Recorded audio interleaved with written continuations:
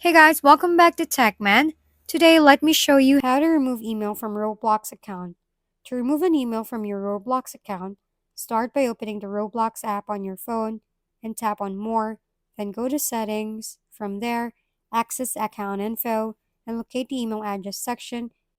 You'll notice a pencil icon to edit it, but first, parental controls must be disabled. Navigate to parental controls, turn off the PIN, and verify your identity, for example, with Face ID. Once the PIN is disabled, return to the account info and tap the pencil icon.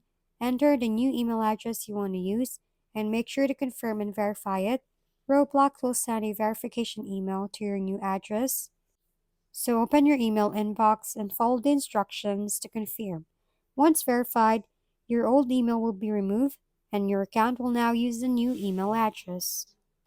If we've been helpful, kindly give us a thumbs up and don't forget to hit the subscribe and bell button for more contents. For any questions and suggestions, comment down below.